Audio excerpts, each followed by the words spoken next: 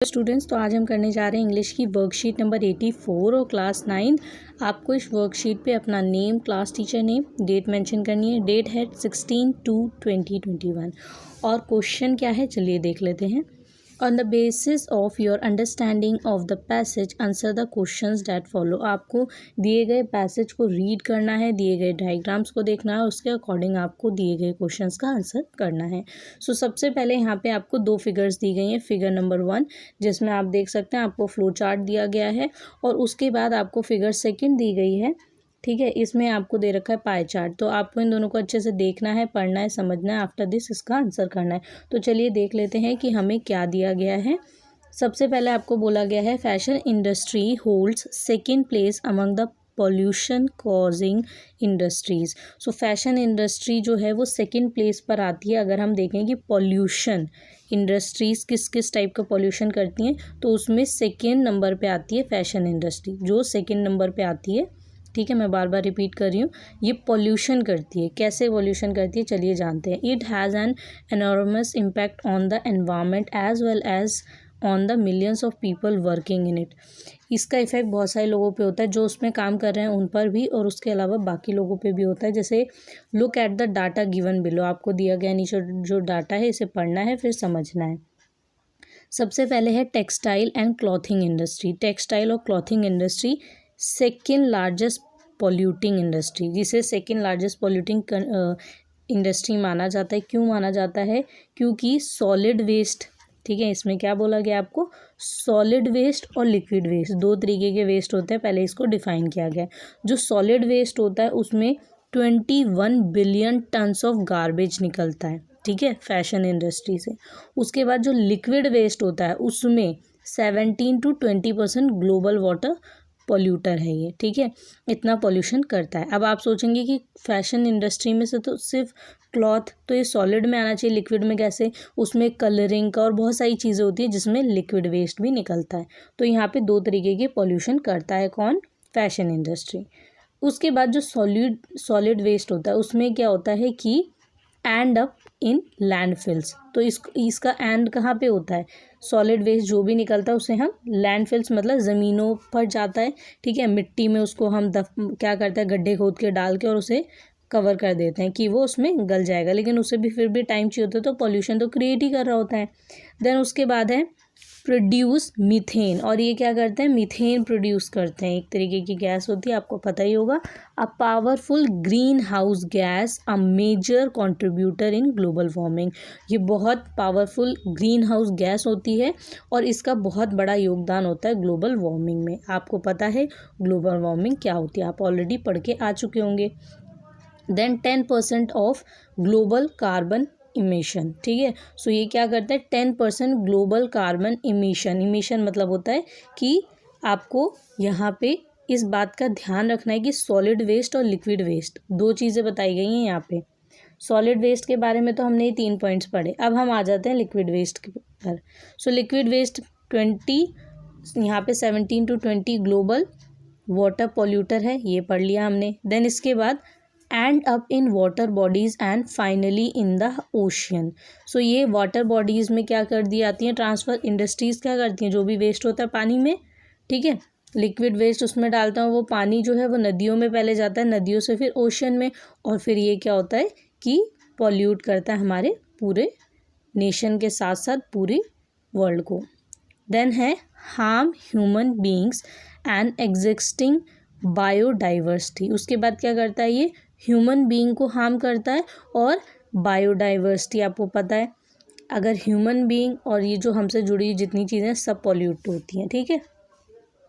उसके बाद है share of clothing waste per year, ठीक है, क्लॉथिंग वेस्ट पर ईयर की कितने % यहाँ पर क्या है? शेयर है क्लॉथिंग वेस्ट का हर साल। सो रिसाइकलिंग होती है 10%, यहाँ पे आप देख सकते हैं ना 10.0% दिया गया है। रिसाइकिल हम कितना करते हैं? रीयूज़ हम कितना करते हैं? 8%। और उसके बाद हम यहाँ पे इंसरेशन कितना करते हैं? 25%। और इसके बाद हम 57% लैंडफिल्स करते हैं। ठीक है, सो यहाँ पे आप देख सकते हैं सबसे ज़्यादा क्या है, लैंडफिल है। और यहाँ पे पॉल्यूशन कितने बड़े लेवल पे हो रहा है, सो आप देख सकते हैं। ठीक है, क्योंकि रिसाइकिल, रीयूज़, इंसरिएशन, इसके बाद लैंडफिल सबसे ज़्यादा मात्रा में, और यही कम होना चाहिए था। इसके बाद आपको बताया गया है the rate at which the clothing waste is generated due to fast fashion trend. और ये पॉल्यूशन क्यों बढ़ रहा है, क्लॉथिंग का पॉल्यूशन क्यों बढ़ रहा है, इसका रीज़न है फास्ट फैशन ट्रेंड, बदलता हुआ फैशन बदलता है, नए नए टाइप की ड्रेसेस आती हैं, हम नए टाइप की ड्रेसेस पहनना पसंद करते हैं और पुरानी चीज़ों को हम निकाल देते हैं अपने कबर्ड से।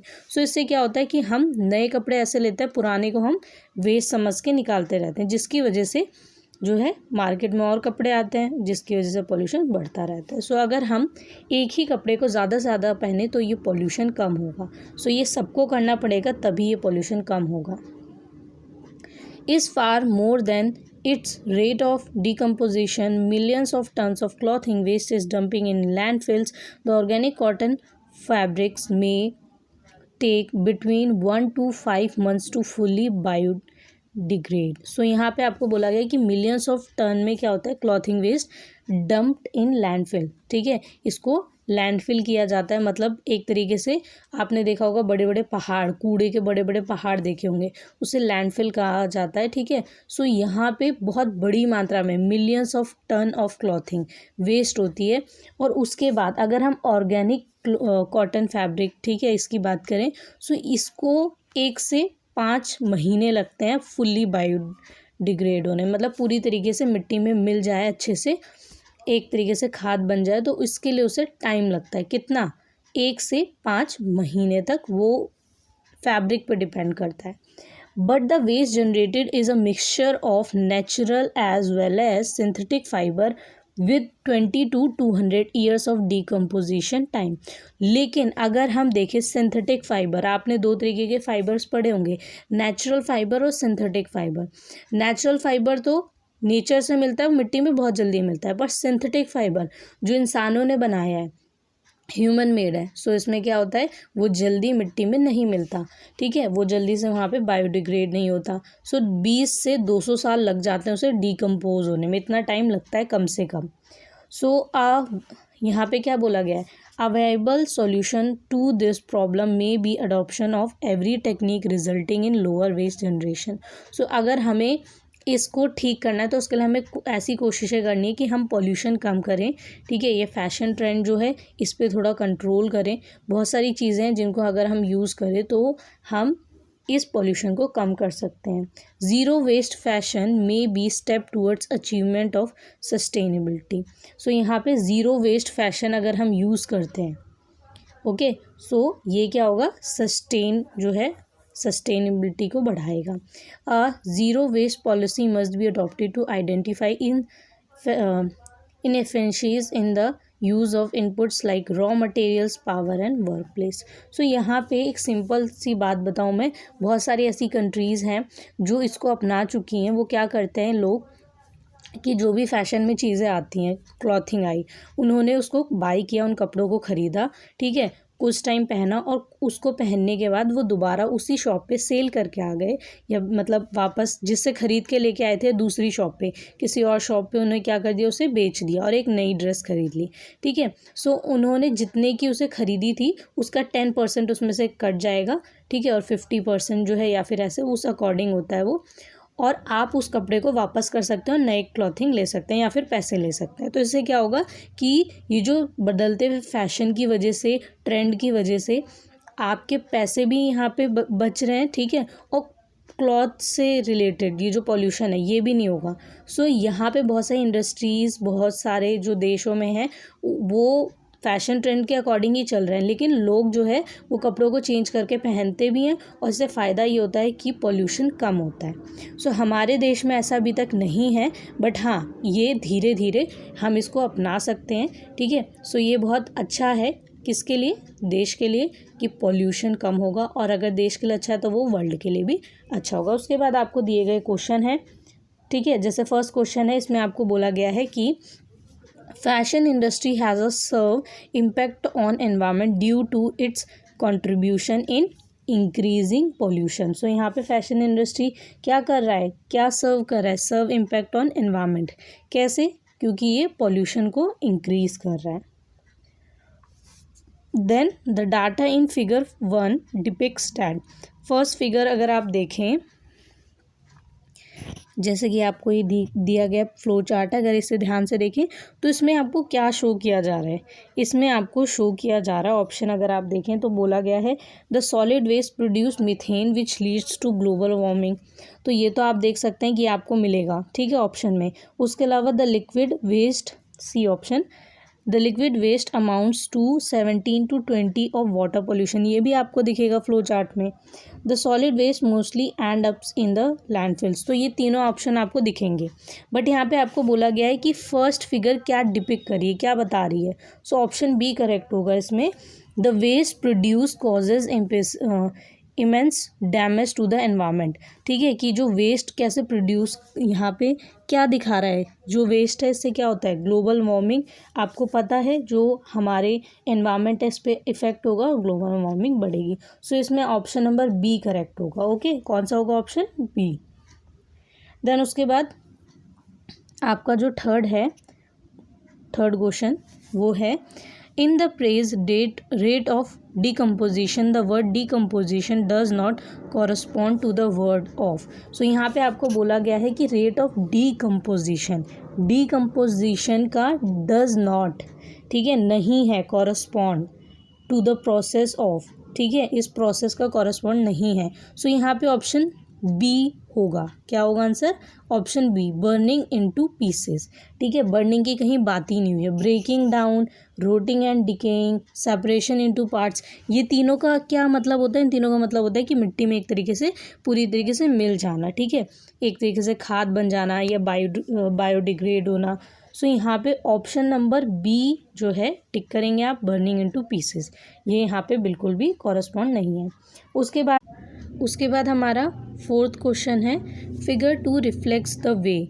जो फिगर 2 है वो क्या रिफ्लेक्ट कर रही है, तो अगर आप ध्यान से देखें आप देख सकते हैं रिसाइकिल, रीयूज़, इंसिनरेशन, लैंडफिल्स। सो यहाँ पे जो क्लॉथिंग है, ठीक है, क्लॉथिंग वेस्ट है, उसका हम कैसे यहाँ पे रीयूज़ कर रहे हैं, ठीक है। सो अलग अलग तरीके से क्या क्या उसके आप देख सकते हैं डिवीज़न दिए गए हैं। सो ऑप्शन सी करेक्ट होगा, the clothing waste is handled globally, कि हम ग्लोबली क्या करते हैं, क्लॉथिंग वेस्ट को किस किस तरीके से हम हैंडल करते हैं। कुछ लोग रीयूज़ करते हैं, ठीक है, और उसके अलावा भी अलग अलग तरीके हैं, लैंडफिल्स, ये सारी चीज़ें आप देख सकते हैं चार्ट में। देन फिफ्थ है a sustainable solution to this green problem could be. So यहाँ पे आंसर होगा option number C, zero waste fashion, ठीक है। ये अगर आप देखें लास्ट लाइन में आपको ज़ीरो वेस्ट पॉलिसी के बारे में भी बताया गया कि हम अडॉप्ट कर सकते हैं कि सस्टेनेबल सॉल्यूशन ग्रीन प्रॉब्लम के लिए। ओके, सो यहाँ पे आपकी वर्कशीट कंप्लीट होती है। कोविड अप्रोप्रिएट बिहेवियर्स, ये भी मैसेज दिया गया है, wash your hands with soap and water regularly. हमारे चैनल को सब्सक्राइब, लाइक और शेयर करना बिल्कुल भी ना भूलें। कमेंट करके ज़रूर बताएं वीडियो कैसी लगी।